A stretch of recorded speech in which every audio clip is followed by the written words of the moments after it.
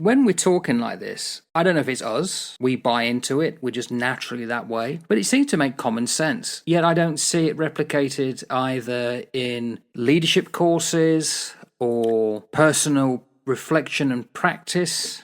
There's something that we're getting wrong, that if there is a model out there that plainly, and I do believe it's the best one, it's not being adopted. Yeah, because it's probably seen as weak.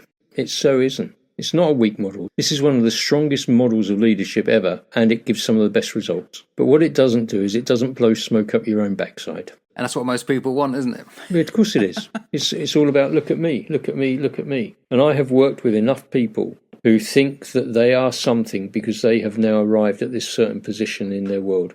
And don't get me wrong, when I was a young buck and I was strutting my stuff around, and I had been promoted onto the drug squad, and I'd been promoted as a detective and all the rest of it, there were moments when I caught a glimpse of myself which I thought, yeah, you're being a prick. Stop it now.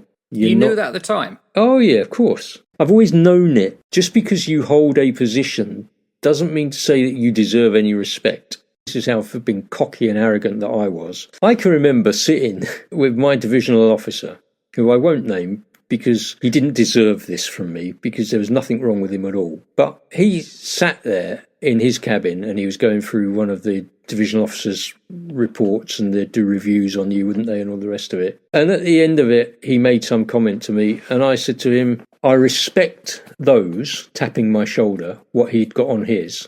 I respect those, sir, but I've got no respect for you. And I think back to that sort of conversation, I think, what an arrogant little prick I was.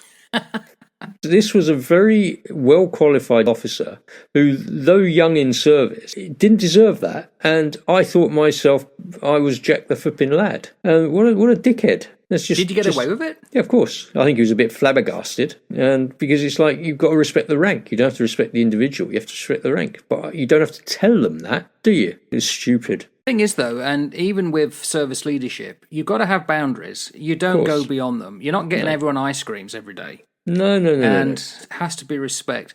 There was a case recently with me, a so-called person above me, wanted to belittle another person. And I said, no, I'm sure the paperwork has just either been put to one side and we've got to find it, blah, blah, blah. And then to bolster his position, started criticising me. He got off the phone, spoke to somebody, came back and realised that I had been correct. But he weren't going to say that. No. Well, I knew that I was transitioning away from this place. And I said, well, I'll accept your apology. And he said, there'll be no apology. I thought, right, okay. I actually told him, you don't speak to people like that.